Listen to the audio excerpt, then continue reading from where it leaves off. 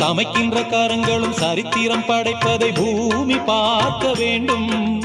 தூரத்து தேசத்தில் பாரத பெண்மையின் பாடல் கேட்க வேண்டும்.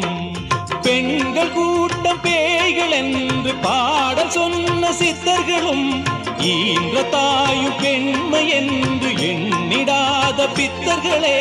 பெண்கள் கூட்டம் பேய்கள் என்று பாடல் சொன்ன சித்தர்களும் ஈன்ற தாயும் பெண்மை என்று எண்ணிடாத பித்தர்களே.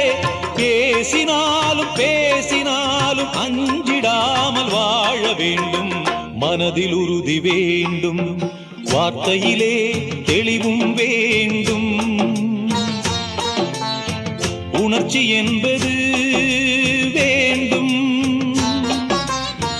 ஒளி படைத்த பார்வை வேண்டும், ஞான தீபமேற்ற வேண்டும். மனதில்